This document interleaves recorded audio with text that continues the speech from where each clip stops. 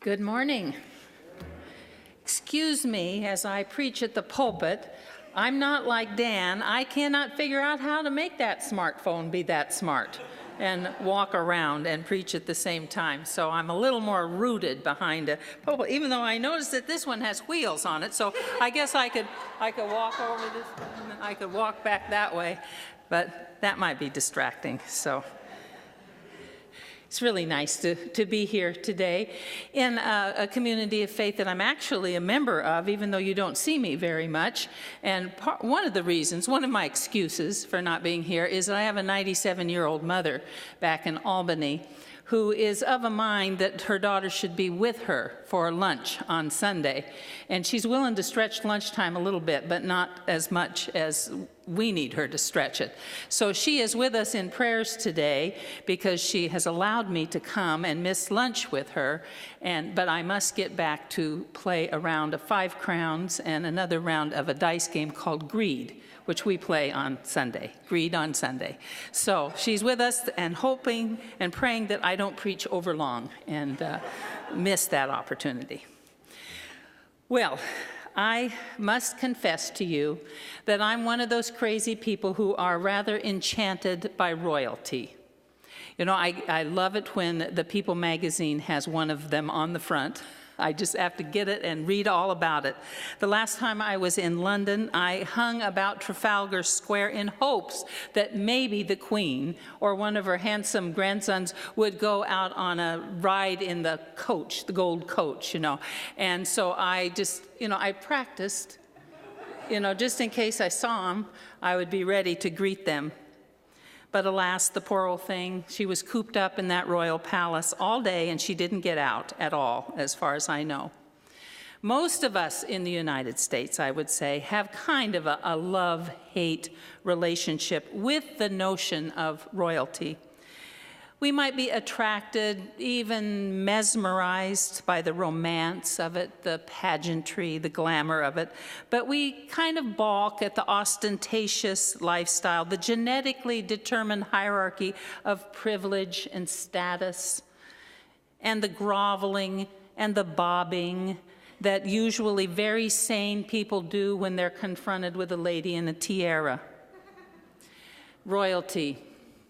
It's interesting, but it's also unsettling. Have you ever seen King Louis XIV's bathtub?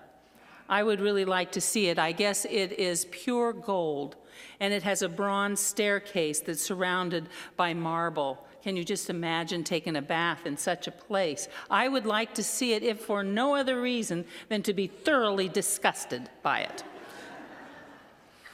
As much as I'm enchanted by the romance of royalty, the reality of it kind of leaves me cold. You won't catch this Yank with the blood of rebels flowing in her veins, curtsying before anyone.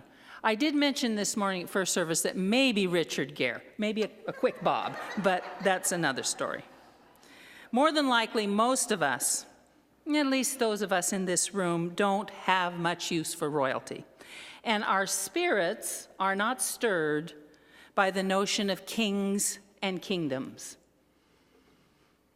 Nevertheless, here we are on this last Sunday of the church's liturgical calendar. As April has shown us on there, I really think that after today we need to put a little crown or something on that last one to remind us that this is a very special day, the last day of the liturgical calendar. Most of the time, there is no Sunday between Thanksgiving and the first Sunday of Advent, which is a very hard, sad thing for preachers, pedaling as fast as they can between those two to get ready for Advent. But this year is different. In a year like this one, when we have this extra Sunday, this is the year that we celebrate Christ the King Sunday, or the Reign of Christ Sunday, or Christ the Sovereign Sunday. You get the idea. It's this Sunday. It is the climax, the last holy day of the church's year.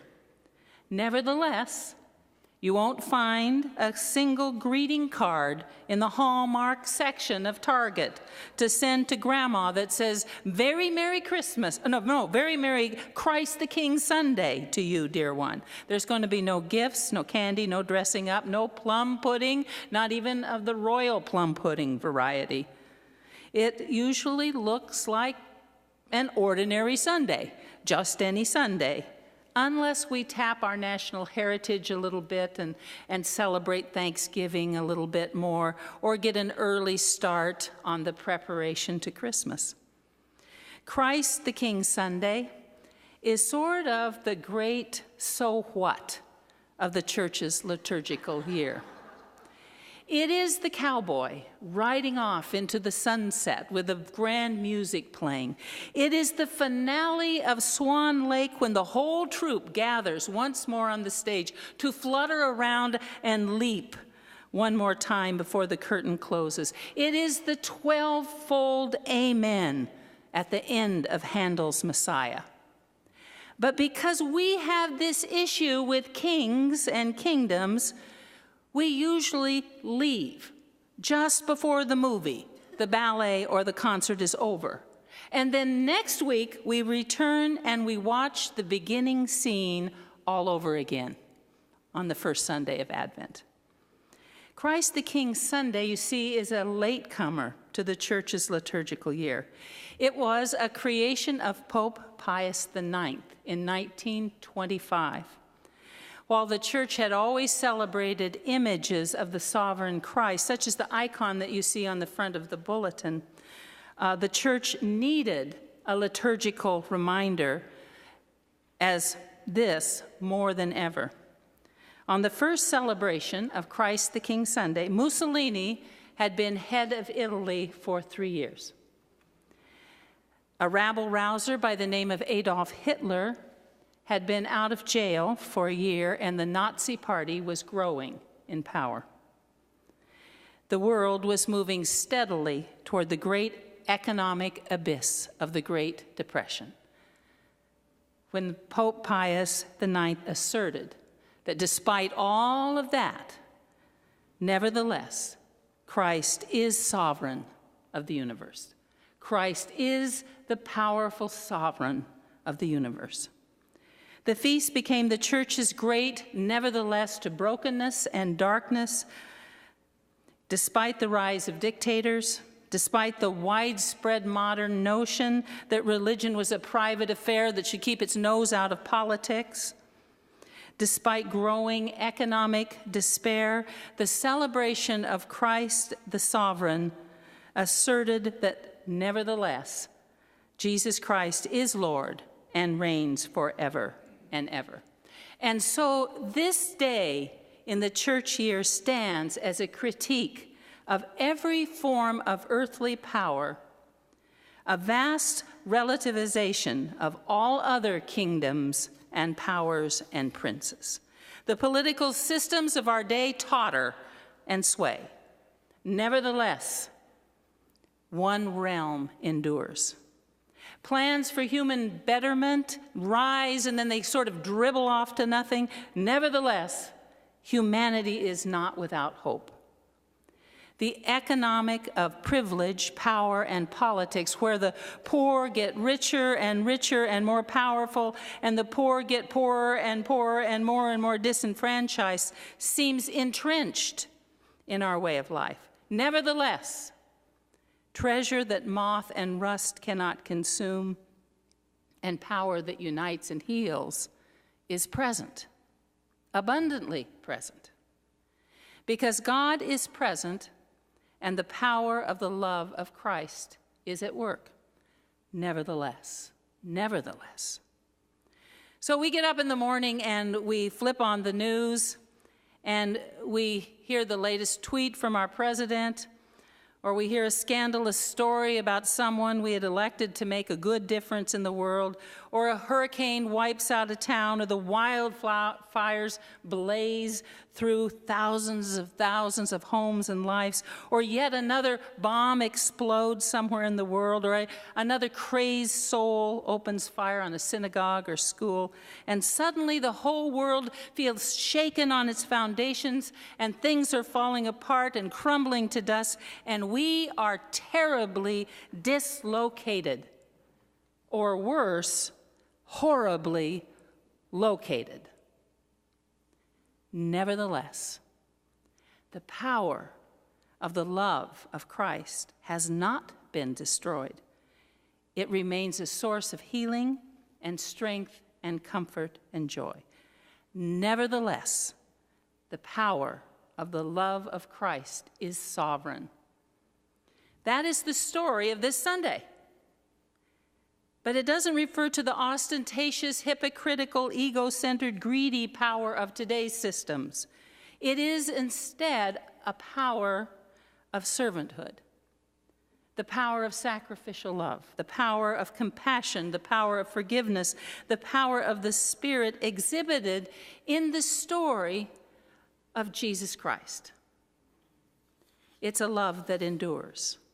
The gospel story of this sovereign one begins in a most unlikely way, doesn't it?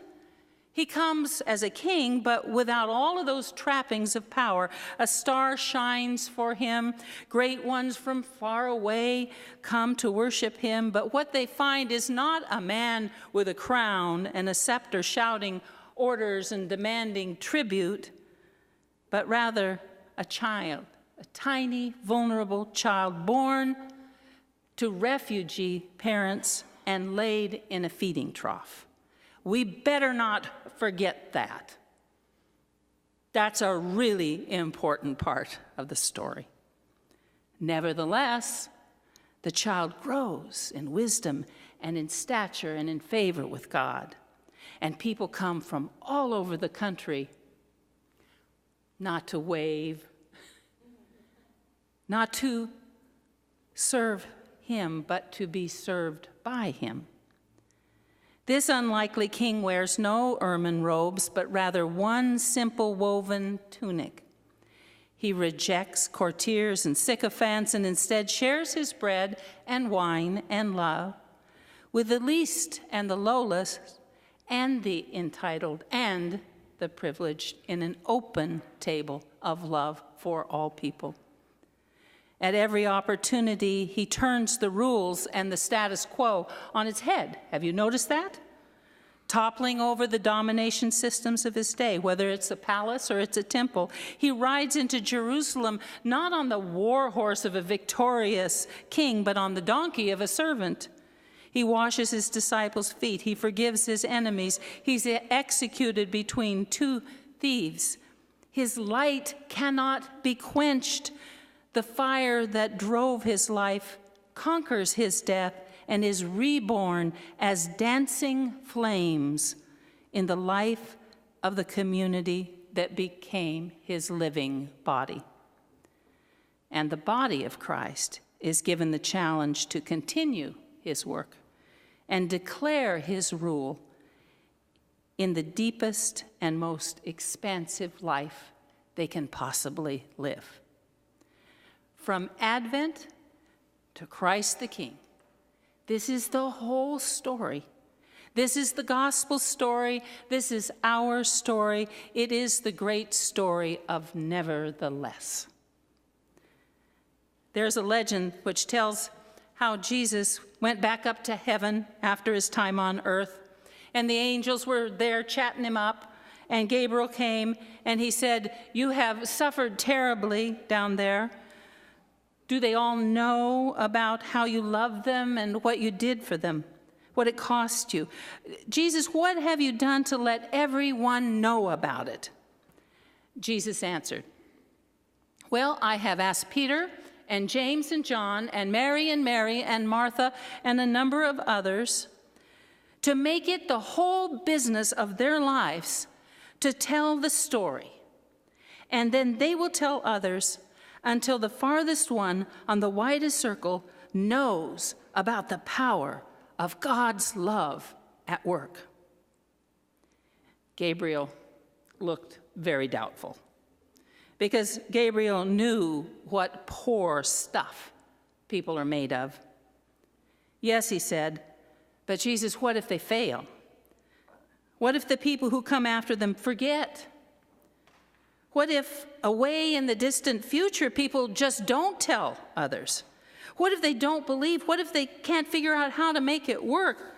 Have you made any other plan, Jesus? Have you made any other plan? And Jesus answered, I have no other plan. What? That's what I thought when I first read that story. I looked at it again. What? That can't be the end of the story. That's not how a story's supposed to end. Where's the clever hitch? Sorry, that's how it ends. Because you see, our lives matter. Our lives count. How we choose to live our lives matters to the world. The words that we speak to each other every minute, the words that we write on our Facebook posts, the words that we text to each other, the words on the telephone, the words that we preach, the words that we share in worship, they matter. They matter. The relationships we nurture matter. The kindness, the care, the forgiveness, the love that we extend or we don't extend matter. This story has been entrusted to our lives, and the telling and the living is ours to do and is Jesus's only plan.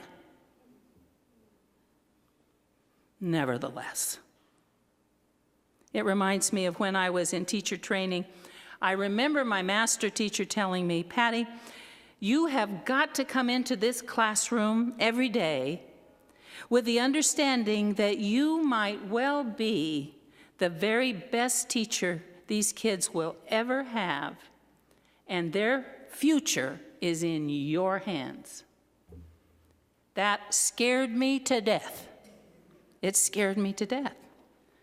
Nevertheless, I found myself when I would be feeling tired or the kids were being difficult or I'd had more to eat or drink the night before than I should have, or I was just tired of making the effort. Nevertheless, I would remember those words and I would set my expectations for myself just a little bit higher.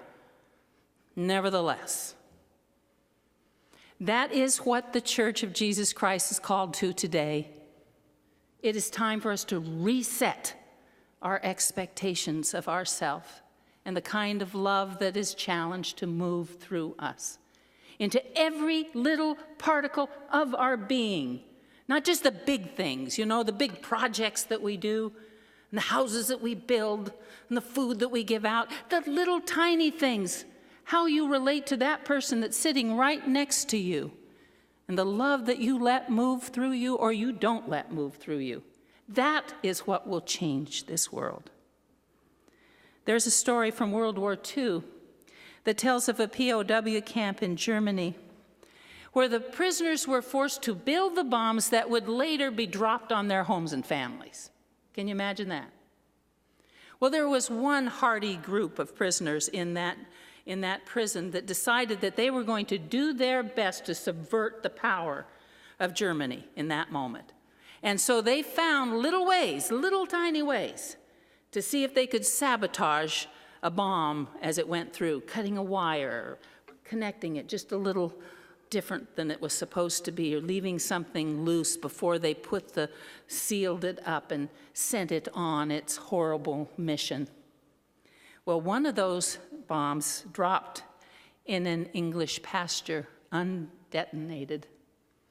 And so they went out and they opened it up very carefully because they needed to disarm it for fear it would go off.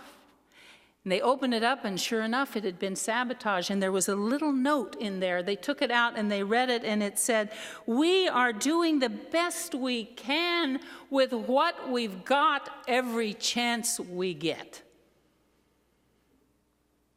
Now, if you don't remember anything else this morning, can we remember that is the gospel call? To do the best we can with what we've got every chance we get. Nevertheless, to do the best we can with what we've got every chance we get. The Talmud challenges us, do not be daunted by the enormity of the world's grief. Do justly now, love mercy now, walk humbly now. You are not obligated to complete the work, but neither are you free to abandon it. Nevertheless,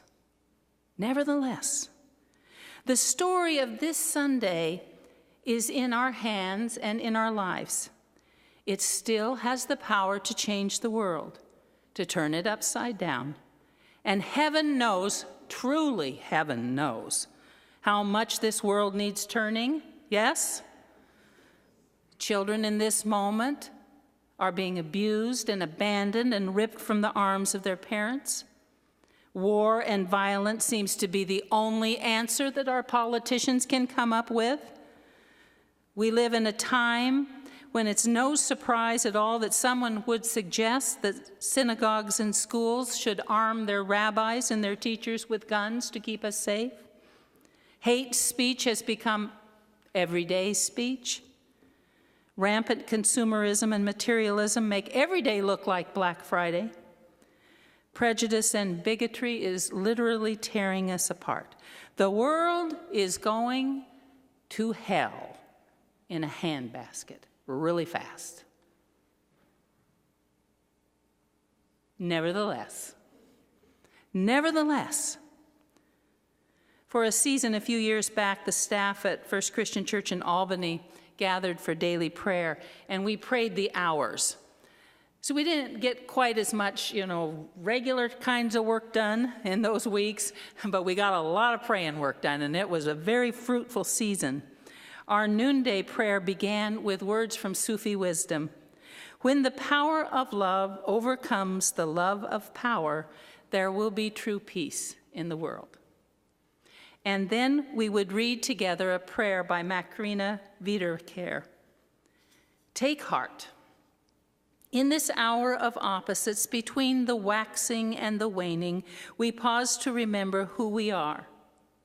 Birth givers, peacekeepers, joy bringers, light bearers. Take heart. We are the light of the world. In this hour of illumination, let us shine into the broken places with our very own Christ light. Take heart. We can be the peace. We can be the healing. We can be the Christ. Trailing clouds of glory, we have come from the brightness of God. Take heart. Our power to love will overshadow our love of power. In this luminous hour, we will see what we must see, and we will shine because of what we have seen. When the power of love overcomes the love of power, there will be true peace in the world.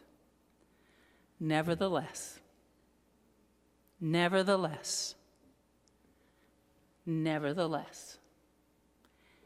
and that, my dear ones, is the gospel for today.